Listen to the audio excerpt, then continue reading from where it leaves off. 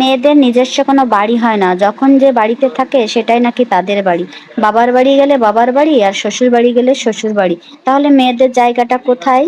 একটু ভালো থাকার জন্য প্রতিনিয়ত লড়াই করে চলতে হয়। যে বাড়িতে সে জন্মেছে সে বাড়িতে যাওয়ার জন্য অনুমতি নিতে হয়। দুদিন পর হয়ে এলে আবার শ্বশুর বাড়ি চলে যেতে হয়।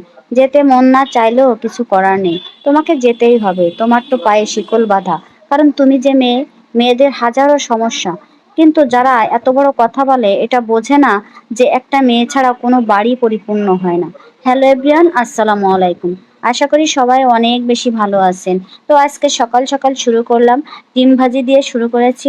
সকাল সকাল ঘুম থেকে উঠেই ডিম ভাজি করে দিয়ে সবাইকে খাওয়াই দিলাম, বাচ্চা কাচ্চা সবাইকে, হাজবেন্ড। আর এদিকে হচ্ছে আমি ভুড়ি রান্না করব। এটা হচ্ছে কুরবানির ভুড়ি। কুরবানির সময় অনেক ঝামেলার কারণে এটা পরিষ্কার করতে পারছিলাম না, তো এখন আমার হেল্পিং হ্যান্ড দিয়ে আজকে পরিষ্কার করিয়ে নিয়ে রান্নাটা করব। তো ভুঁড়িটা এভাবে আমাকে পরিষ্কার করিয়ে দিয়েছে, আর এভাবে আমি হলুদ লবণ দিয়ে ভুঁড়িটা আগে একটু জ্বালিয়ে নিব। জ্বালিয়ে নিয়ে এর যে পানিটা ওটা আমি ফেলে দেব। তো আমি যে নিয়মে ভুঁড়িটা রান্না করি নিয়মটাই দেখাচ্ছি। এক এক সময় অবশ্যই এক এক নিয়মেই রান্না করি। আপনারা কোন নিয়মে ভুঁড়ি বা গরুর বট রান্না করেন অবশ্যই আমাকে কমেন্টস করে জানাবেন, জানালে খুশি হব। তো ভুঁড়িগুলোকে আমি এভাবে জ্বালায়ে নিয়ে সুন্দর করে ঠান্ডা পানি দিয়ে আবার ধুয়ে নিচ্ছি, যাতে ভুঁড়ির যে জীবাণুগুলো সব চলে যায়। আর কাটাকুটিগুলো তো আগেই দেখিয়েছি।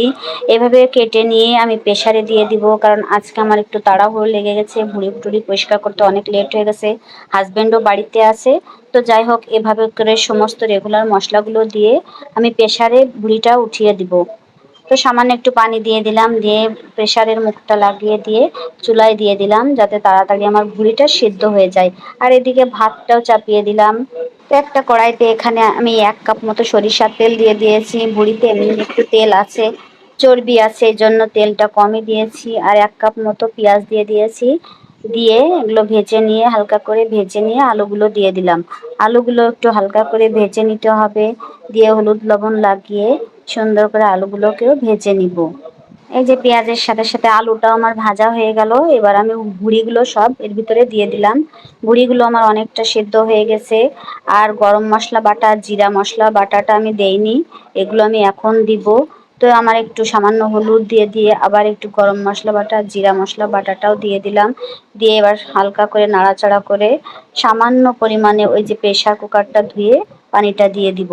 পানিটা দিয়ে নিয়ে এবার সুন্দর করে নাড়াচাড়া করে একটু ঢাকনা দিয়ে ঢেকে দিতে হবে কিছু সময়ের জন্য, তাহলে কিছুটা পানি বের হয়ে আসবে। তো এই যে দেখুন কিছুটা পানি বের হয়ে আসছে, তো একটু লবণ কম মনে হচ্ছিল, তো আমি আবারও একটু লবণ দিয়ে দিলাম। তো ভুঁড়িটা আমার কষানোর মতো হয়ে আসছে। তো এদিকে আমি আর একটা কড়াইতে সামান্য কিছু দারচিনি আর গোলমরিচ হালকা টেলে নিয়ে তার ভিতরে আবার একটু জিরে দিয়ে দিব। জিরেটা দিয়ে দিয়ে সমস্ত মশলাগুলো সুন্দর করে ভেজে নিব।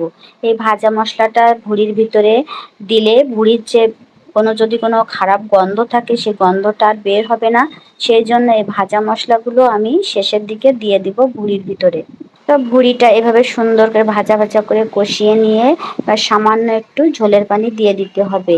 ঝোলের পানিটা খুব বেশি দেওয়া লাগবে না, কারণ আমার ভুঁড়ি আলু সব কিছু সিদ্ধ হয়ে গেছে। তো এবার সামান্য একটু জাল করার পরে আমি ওই ভাজা বাটা মশলাগুলো সব দিয়ে দিব ভুঁড়ির ভিতরে। দিয়ে হালকা একটু নাড়াচাড়া করে আবার আমি ঢাকনা দিয়ে ঢেকে রেখে দিব 10-15 মিনিটের জন্য। হয়ে গেছে আমার পারফেক্ট ভুঁড়ি রান্না। ভালো লাগলে লাইক কমেন্ট শেয়ার করে দিবেন প্লিজ। আর যে যেখানে আছেন অনেক বেশি ভালো থাকবেন। ধন্যবাদ সবাইকে। আল্লাহ হাফেজ।